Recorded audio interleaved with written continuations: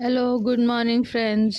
तो आज फिर से एक नया वीडियो नए लंच के साथ, क्योंकि मैंने ब्रेकफास्ट कल डाला था और आज मैं लंच का डाल रही हूँ। और हम बनाने जा रहे हैं पोपट की सब्ज़ी, जो एक फली के अंदर होती है और उसको अलग से निकालना पड़ता है फली को, और फिर उसको इकट्ठा करके रखना पड़ता है। आपको वीडियो में दिख रहा होगा। और क्योंकि ये जैसे बहुत हार्ड होता है ये, तो इसको पकाने के लिए बहुत टाइम लगता है, तो इसीलिए मैंने सोचा कि इसको कुकर में पकाएंगे। तो कुछ नहीं है, बहुत इजी है। आपको कुकर में तेल डालना है, फिर टमाटर, प्याज, अदरक लहसुन का पेस्ट, सबको मिक्स करके मसाले नॉर्मल, और फिर ये बीजों को डाल दो और फिर पानी रख के अच्छे से, फिर इसको एटलीस्ट 4 सीटी लगेंगे तो ये पक जाएगी।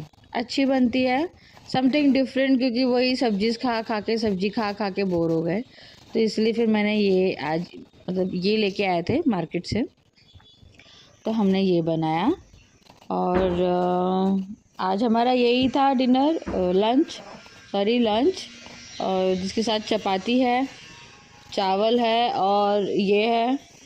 बाकी और दही वगैरह मैं खुद से अलग से खा लेती हूँ।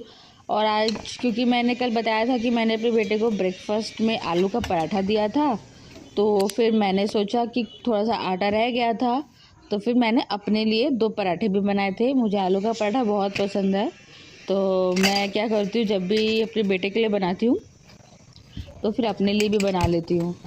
तो दोपहर में खाने के लिए अच्छा हो जाता है। अचार के साथ खाती हूँ। बाय द वे, अचार जो है वो मेरे हस्बैंड बनाते हैं, उनको बहुत शौक़ है अचारों का। तो किसी दिन आपको अचार की भी रेसिपी बताऊंगी, उनके हाथों की बनी हुई, बहुत अच्छा बनाते हैं वो। और फिर हमने आलू का पराठा, अचार, नॉर्मल चपाती और सब्जी और रोटी चावल ये सब खाया। हमारा ये था लंच। और फिर उसके बाद कुछ नहीं, फिर मेरा बेटा था, हम लोग खेल रहे थे। आजकल वो सीख रहा है बोलना ABCD, तो पूरा टाइम वो ABCD सीखने में ही निकाल देता है। और मैं सोचती हूँ कि A फॉर एप्पल बोले, तो वो अभी ट्राई चालू है धीरे धीरे। लेट बोला वो मेरा बेटा, 3 साल का है लेकिन अभी बोलना शुरू कर रहा है। उससे पहले बोलता था मम्मी पापा वगैरह, बट वर्ड्स बहुत कम थे, तो अभी उसने शुरू किया है, तो वो बोलता है धीरे धीरे। स्कूल जाता है ना, तो वहाँ से सीखा है, और हम लोग भी बुक्स लेके उसको पढ़ाते हैं, तो वो इंटरेस्टेड है बुक्स पढ़ने में, 1 2 3 और ये सब। तो या फिर उसके बाद 3 बजे उसको सुला देते हैं हम लोग, ताकि वो सोए और अच्छे से फिर शाम को भी रहे।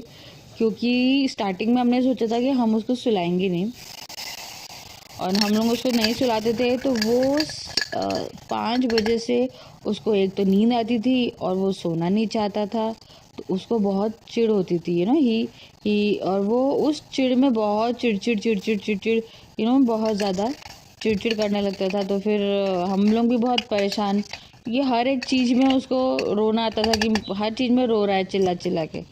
तो फिर इसीलिए हमने, जब से उसने मेरा ब्रेस्ट फीडिंग छोड़ा है, तब से उसको सुलाना एक बहुत बड़ा रोलर कोस्टर हो गया है हमारे लिए। हम उसको सुला ही नहीं पाते, क्योंकि वो दोपहर में सोना ही नहीं चाहता। लेकिन अगर वो सो गया तो फिर वो स्ट्रेट 6 बजे उठेगा डायरेक्ट। उसके बीच में आप अगर उसको उठाओगे भी, तो भी वो रो रो के सो जाएगा कि मुझे सोने दो। तो प्रॉब्लम यही होती है। डॉक्टर कहते हैं 10 बजे तक सुला दो बच्चों को, बट हमारा बच्चा सोता नहीं है। तो हम लोग कोशिश करते हैं कि प्यार मोहब्बत से उसको 3 बजे सुला दे, ताकि उसकी भी एक जो स्लीप साइकिल है वो पूरी हो, और फिर रात में फिर वो 10-11 बजे तक सो जाता है।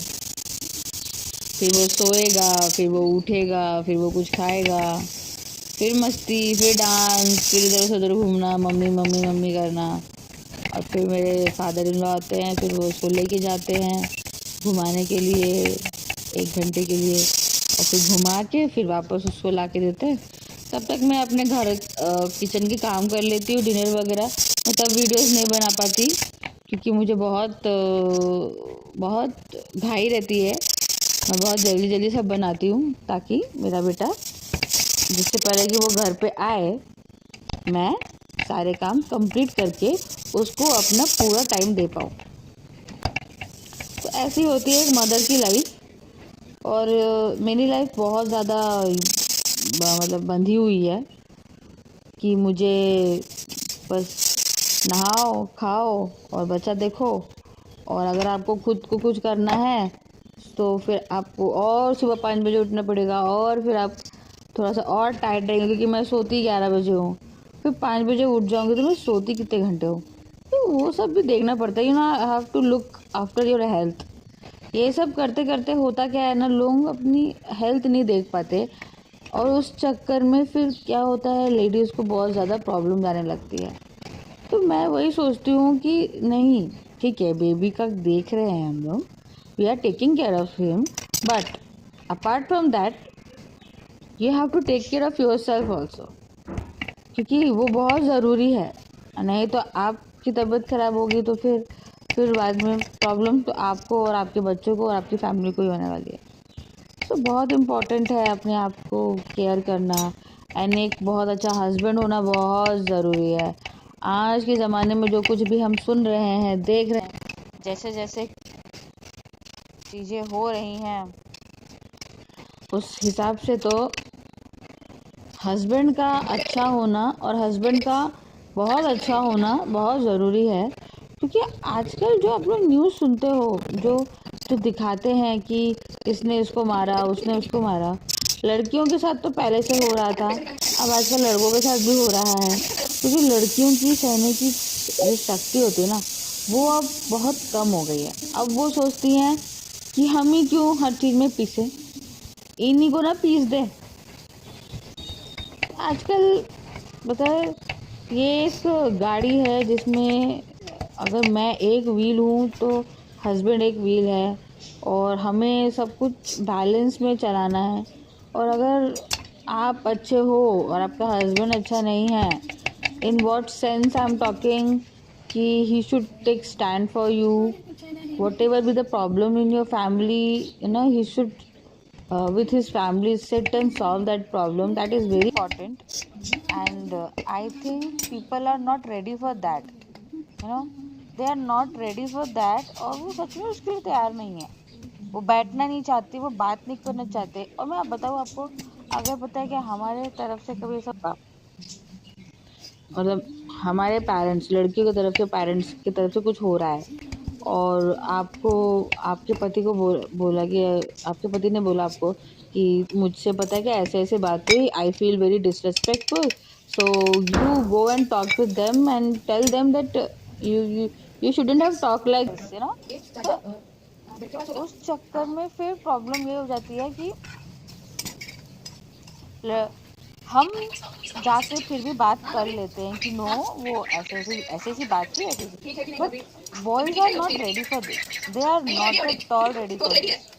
पता है, लड़कों को ऐसा नहीं बोल रही कि बहुत अच्छे अच्छे मैंने सब में वेरी गुड, बट कुछ मैंने देखा है, मेरी एक ऑब्जर्वेशन रही है कि जो बॉयज होते हैं ना, उनकी शादी से पहले की लड़कियां अलग होती हैं, और शादी के बाद पूरा जो थॉट होता है ना, वो अलग होता है। पहले वो एक रेबल, डैडी, क्यूट, देखिए ऐसी लड़कियों को प्यार करते हैं। जैसे हम भी लड़कियां होती है, हमको बैड बॉय पसंद होता है, पर फिर हम सोचते नहीं यार, अभी गृहस्थी हो गई है तो एक घरेलू आदमी चाहिए जो कि ना कि झंझट पानी में ना हो। लड़कियां ये सोचती है।